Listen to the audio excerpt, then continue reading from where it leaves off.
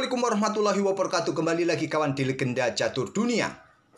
Siapa yang menyangka kawan Domara Jukukes keluar sebagai pemenang atau juara video kandidat turnamen 2024 yang merupakan event terkuat 2024 ini selain kejuaraan dunia klasik kawan. Karena tentu saja siapa yang main di video kandidat ini merupakan pecatur-pecatur terkuat yang sudah disaring oleh FIDE lewat kualifikasi yang sudah ditentukan oleh FIDE sebelumnya kawan. Nah, Domara Jukukes ini masuk ke kandidat ini lewat jalur FIDE Circuit. Kemarin sudah saya jelaskan mengenai FIDE Circuit kawan, di mana Domara Jukukes ini menempati posisi kedua di bawah Fabiano Caruana. Tapi karena Caruana ini juga mendapatkan slot lewat Piala Dunia Catur, akhirnya FIDE Circuit diberikan oleh Domara Jukukes dan Gukes akhirnya memenangkan kandidat. Nah, perlu diketahui kawan, Gukes memenangkan kandidat ini saat dia masih berusia 17 tahun. Tepatnya 17 tahun, 10 bulan, 24 hari. Dan menjadikan dia merupakan pecatur termuda sepanjang sejarah yang memenangkan FIDE kandidat yang sebelumnya rekor ini dipegang oleh Garry Kasparov dengan usia 20 tahun, 11 bulan, 27 hari kawan. Kalau Magnus Carlsen memenangkan kandidat saat berusia 22 tahun, 2 bulan, 4 hari. Dan mungkin rasanya rekor ini sulit dipecahkan oleh pecatur-pecatur muda masa depan kawan. Sangat sulit, masih berusia 17 tahun kawan. Ya nanti baru tanggal 29 Mei menginjak usia 18 tahun. Nah ini cukup menarik kawan. Tanggal kelahiran Gukes dan juga Tan Zhongyi yang memenangkan woman kandidat sama kawan. Sama 29 Mei. Cuma bedanya Tan Zhongyi ini lahir tahun 1991. Saat ini berusia 32 tahun. Cukup menarik, mungkin inilah kunci keberuntungan dari dua pemain kawan mempunyai tanggal kelahiran yang sama. Selain mencetak sejarah pemain termuda sepanjang sejarah yang memenangkan kandidat, Gukes juga mencetak rekor lainnya kawan. Dia menembus posisi 6 dunia sekarang dengan elo standar 2763, rapidnya 2649, blitznya 2651 kawan. Dan menjadikan dia pecatur nomor 1 India sekarang. Menggeser posisi dari Arjun Erigaisi yang sempat juga menduduki posisi 5 besar teratas dunia kawan. Nah di sini yang cukup menyedihkan, Alireza Firoza kawan, setelah sempat menembus 2800, setelah mengikuti 2 kali kandidat kawan, posisi elonya jatuh. Banyak sekali kawan, minus 23 poin dari video kandidat edisi ini. Dan di sini ada Yani Punyaji yang merangkak naik mendapatkan 12 poin di kandidat kawan. Begitu juga dengan Nakamura mendapatkan 5 poin, Caruana mendapatkan 2 poin. Yang banyak ini adalah Gukes 20 poin kawan. Sekali lagi selamat Domara Jukukes mencetak beberapa rekor kawan di video kandidat ini. Dan dia saat ini menjadi pecatur nomor 1 India. Dan untuk game yang saya siapkan dari permainannya Gukes ini saat dia masih berusia 13 tahun kawan. Saat mengikuti turnamen di Spanyol yaitu CJ Sunwest Chess Festival tahun 2019, di mana turnamen ini dimenangkan oleh Anton Korobov saat itu, dan Gukes finish di posisi ke-20 dari unggulan ke-32 saat itu. Nah game yang saya pilih ini merupakan salah satu game terbaik dari Gukes kawan. Gamenya tadi saya temukan di database yang merupakan kumpulan game-game terbaik dari Domara Jukukes saat dia masih berusia 13 tahun. Selain menjadi pecatur termuda sepanjang sejarah yang memetik kemenangan di kandidat kawan, dia juga sempat memecahkan rekor sebagai Grandmaster termuda sepanjang sejarah saat berusia 12 tahun yang akhirnya juga dipatahkan oleh Abhimanyu Mishra saat ini kawan. Dan dia menjadi pecatur termuda nomor 2 sepanjang sejarah setelah Abhimanyu Mishra. Oke, saat berusia 13 tahun bermain di Sunwest Chess Festival kawan tahun 2019 menghadapi FIDE Master asal Jerman. Dan ini merupakan game di babak keempat kawan. Gukes pegang putih bermain dengan ready opening, kuda F6 dan berlanjut King's Indian Attack, pion G3, pion D5, gajah G2, pion E6, rokade gajah E7, langkah pilihan utama semua di King's Indian Attack variasi Yugoslav kawan. Pion D3 untuk dukungan pion E4, benteng E1, pengembangan kuda B ke D2 untuk dukungan lebih lajur E kawan, merupakan pilihan utama. Rokade, kuda B ke D2 atau gajah F4 terlebih dahulu bisa kalian pilih. Nanti kemungkinan akan dibahas dengan pion H6 mungkin atau dengan pion C5, kuda C6. Tapi kuda B ke D2, pion C5, pion B6, kuda C6, 3 pilihan utama. Hitam memilih dengan pion C5 pilihan utama dan pion E4 juga balasan utama respon dari pion C5 tadi kawan. Kuda C6 masih di jalur utama semua kawan. Kedua pemain bermain dengan King's Indian Attack variasi Yugoslav tadi. Nah, di sini ada benteng E1, masih pilihan utama juga. Pion B5 juga pilihan utama. Pion E5, kuda mundur ke D7. Kuda ke F1 kawan, buka lagi gajah gelapnya untuk segera keluar untuk proteksi pion ini kawan. Nah, di sini ada beberapa game yang memainkan pion A5 untuk mempercepat serangan badai pion sisi menteri kawan, atau dengan pion B4. Tapi memilih menterinya ke petak C7, serang 3 kali posisi pion E5. Nah, di sini ada gajah F4, pertahankan posisi pion terlebih dahulu. Setelah itu gajah B7. Nah, di sini pion H4 lanjut gugas, benteng FC8. Pilihan utama semua kawan di posisi ini sampai langkah ke-13 putih ini. Bukan hal yang baru. Nah, di sini baru kuda 1 lompat ke H2 merupakan pilihan yang paling banyak diambil oleh putih di posisi ini. Selain itu ada pion H5 kawan. Inilah yang dipilih oleh Domara Jukuges untuk mempercepat serangan sayap rajanya. Hentikan dengan pion H6. Nah, masih kuda 1 ke H2 merupakan opsi yang kuat juga. Tetap idenya lompat ke petak G4 dengan gajah menyerang petak H6 nanti kemudian. Tapi di sini Gugas memilih dengan langkah kudanya ke petak E3. Tujuan kuda 1 ke H2 agar benteng, gajah, kuda tetap mengamankan pion pusatnya petak E5 kawan. Tapi memilih lompat ke petak E3.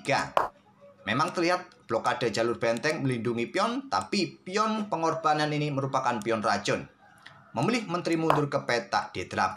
Kalau salah satu kuda ini caplok kawan, ya kuda pukul kuda. Ambil balik oleh kuda. Posisi kuda kalian dalam posisi kena pin kawan. Ada serangan kuda G4. Jadi pion tadi pion racun kawan. Memilih menteri mundur ke D8. Sekarang Gugas bermain di sisi menteri dengan pion C4. Tantangan diterima kawan, pion B pukul pion C4, pion D pukul pion C4, pion D4. Mendapatkan ruang, membebaskan pion kawan di lajur D serang kuda. Kuda ke G4, mencoba menekan petak H6 ini kawan. Ada ide pengorbanan kah? Nah, benteng C bergeser ke petak B8, pilihan terkuat. Atau paling tidak raja bergeser ke petak H8 kawan. Memilih gajah mundur ke F8 untuk perkuat posisi dua pionnya depan raja. Nah, di sini kuda D2 lanjut Gugas, buka diagonal terangnya dan siap reposisi untuk mendapatkan petak F6, petak D6 nanti ke depan. Benteng CB8. Di sini ada kuda E4, diikuti kuda ke E7, buka diagonal kawan. Nah, selanjutnya ada pion B4. Taktik pengorbanan supaya pion ini lemah kawan, dan pilihan terkuatnya kuda ini langsung lompat ke petak F5 kawan untuk perkuat posisi pion di sini. Tapi memilih menerima pertukaran pion C pukul pion B4. Menteri ambil pion pusat D4. Baru sekarang kuda F5 sudah terlambat. Gajah C6 yang terkuat, tapi kuda F5 ancam menteri. Nah, sekarang posisi putih lebih unggul kawan ketimbang hitam. Nah, sekarang posisi kritis permainan di langkah ke-21 ini. Silakan pause video ini untuk beberapa detik dan coba temukan langkah yang bagus bagi putih kawan. Langkah brilian. Memanfaatkan langkah kesalahan kuda F5. Di awal pembukaan tadi kawan sempat unggul juga hitam kawan dengan permainan yang kita sebut tadi. Ada pilihan tadi menteri ke petak C7 kawan, ada pilihan dengan langkah mempercepat pion sisi menteri kawan dengan pion A5. Coba lihat evaluasi bar menunjukkan hitam dalam posisi yang sangat bagus.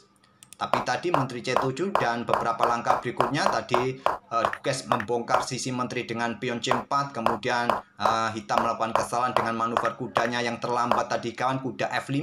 Nah, sekarang kalian temukan langkah terbaik, langkah brilian dari putih, dari Gugas yang masih berusia 13 tahun kawan, memanfaatkan kesalahan kuda F5. Saya berikan 5 detik saja. 1, 2, 3, 4, 5. Apakah kalian menemukan langkah pengorbanan menteri ambil kuda D7 kawan? Inilah langkah yang ditemukan oleh Gugas. Tidak banyak berpikir kawan, sekitar 2 menitan saja dia memutuskan korban menteri ambil kuda D7. Langkah brilian kawan. Dan mau tidak mau diterima oleh hitam. Tapi setelah itu Gugas blunder. Setelah menemukan langkah brilian, blunder ambil pion H6 dengan kuda kawan. Apa langkah terbaiknya setelah korban menteri?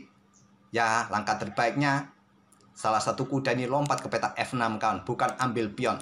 Terserah kalian mau kuda G ataupun kuda F kawan. Anggap saja kuda E lah terlebih dahulu skak garpu menteri dan mendapatkan gantinya. Diambil oleh pion G, kuda satunya yang akan mendapatkan menteri kawan. Nah, jika dilanjut nanti di sini raja bergerak ke sini, tentu kalian ambil menteri dan mengancam benteng kawan. Benteng tidak bisa lari karena posisi gajah terang harus dikawal juga. Jadi gajah pukul gajah, kuda mendapatkan benteng kawan. Nah, kalian unggul kualitas perwira. Dan tentunya juga jumlah pion untung 1 pion kawan. Guges blunder, salah langkah kawan. Memilih ambil pion H6.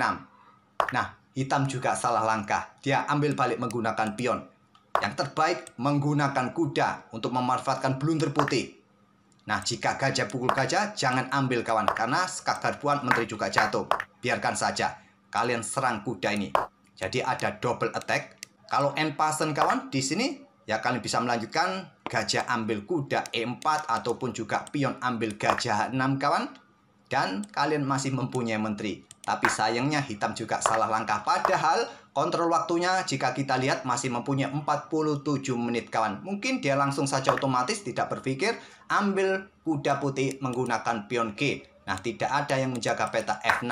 Ini cukup jelas sebetulnya ini adalah blunder-blunder post ronda dari kedua pemain. Admin juga tidak tahu profil makan Raffi ini kawan, apakah pecatur muda ataupun juga senior kawan, bergelar video master. Nah, tentu saja keuntungan didapat oleh Guges mendapatkan menteri hitam kembali. Hampir sama tadi kawan langkah-langkahnya Disney, di mana Guges unggul 1 pion dan unggul kualitas benteng. Gajah E7, di sini ada gajah E3, langkah kesalahan dari Guges kawan, di mana langkah terkuatnya raja bergerak ke H2 atau benteng AB1 untuk menyerang pion kawan. Tapi memilih dengan gajah ke E3, kemudian ada benteng C8, ada benteng AC1, pertahankan pion C-nya. Nah, kuda sikat gajah, ambil balik oleh pion, berikan ruang juga pergerakan bagi raja. Kemudian gajah C6 serang kuda, yang terkuat dengan benteng yang ancam kuda kawan. Tapi memilih dengan gajah. Di sini kuda ke F6. Pilihan yang lainnya, backup kawan, kuda ini dengan salah satu benteng, tapi langsung ke peta F6, sikat, ambil balik. Kemudian raja putih bergerak ke pusat, benteng G8, di sini ada benteng E ke D1, kuasai lajur D yang terbuka penuh kawan. Benteng naik ke G5 ancam pion, di sini ada benteng naik ancam gajah terlebih dahulu, backup dengan benteng C5, pion G4, pertahankan posisi pionnya juga kawan. Pion A5 yang terkuat dengan raja ke peta E7 memaksa benteng ini mundur, tapi memilih pion A5. Benteng D8 ingin mencoba memperteli pion dari belakang. Nah, di sini gajah D5. Langkah bagus untuk mendapatkan pion. Kalau pion ambil gajah, ya benteng di belakang jatuh kawan. Benteng G8, jawaban bagus dari Domarajo Guges untuk ya dukungan bagi pion skak, loloskan pion di lajur H kawan. Dihadang dengan gajah E4, raja E2 yang terkuat ke peta G3 tapi memilih ke peta E2, raja hitam ke E7, raja F2, raja ke F6, ke E2, ke E7, mondar-mandir saja berharap remis kawan. Nah, di sini Guges geser rajanya ke peta D2. Pion F5 sudah saatnya diadu kawan, tapi memilih raja kembali ke peta F6. Sekarang pion G5 skak, ambil oleh pion H. Nah, di sini dorong pion kawan. Kenapa di sini pion ini tidak diambil saja menggunakan benteng? Ya, di sini ada benteng ke peta F1, percuma juga kawan. Kalian mau apa? Blokade dengan gajah kah? Ada pion masalahnya. Mundur ke sini, ya baru benteng pukul benteng kawan. Nah, pion ini bisa lolos, pion ini juga dalam posisi nanti lemah juga, mudah direbut. Dengan benteng melawan gajah, tentu saja benteng diunggulkan. Pion H ambil pion G5, pion dorong maju. Nah, gajah H7 ternyata langkah kesalahan kawan. Raja ke E7 yang terkuat. Nah, nanti benteng bergeser ke H1, korbankan diri. Kalau diambil, ya pion bisa promosi. Memilih dengan gajah H7, benteng F1 membuat hitam menyerah. Karena jika dilanjut, raja mundur ke peta E7 kawan, maka ada benteng G7 ancam gajah, juga ancam pion yang di sini. Kalaupun di sini gajah bergerak ke peta G6 kawan, ya pion siap didorong. Jangan kalian sikat kawan. Karena jika kalian sikat, masih ada benteng yang bisa mengawal baris belakang, percuma juga. Jadi, kalaupun ada gajah ke petak F5 di sini kawan untuk blokade skak, ya tetap idenya pion H7. Ini sudah membuat putih menang. Oke, itulah kawan permainan Domara Jukukes masih berusia 13 tahun kawan di turnamen Sunway Sieges Chess Festival tahun 2019. Tadi ada posisi yang lucu kawan. Saat kuda F5 ini dimainkan oleh hitam ke petak F5 ancam menteri, Gukes menemukan langkah brilian. Tapi sayangnya dia blunder, tidak menemukan pilihan terbaik yang harusnya salah satu kuda ke petak F6 saja. Ambil balik skak, tetap garbuan pada menteri kawan. Skak, menteri jatuh ancam benteng, harusnya seperti itu. Tapi juga di sini hitam salah respon, ambil menggunakan pion langsung, sepertinya tanpa berpikir banyak kawan. Yang harusnya sikat menggunakan kuda, ambil oleh gajah, pion F5. Nah, dua perwira sama-sama mendapatkan ancaman dan menterinya masih aman kawan. Oke, itulah kawan permainan Gukes yang masih bocil, saat itu masih berusia 13 tahun. Semoga permainan dari kedua pemain bisa menghibur kalian dan kita akan bertemu di video-video berikutnya. Terima kasih. Wassalamualaikum warahmatullahi wabarakatuh.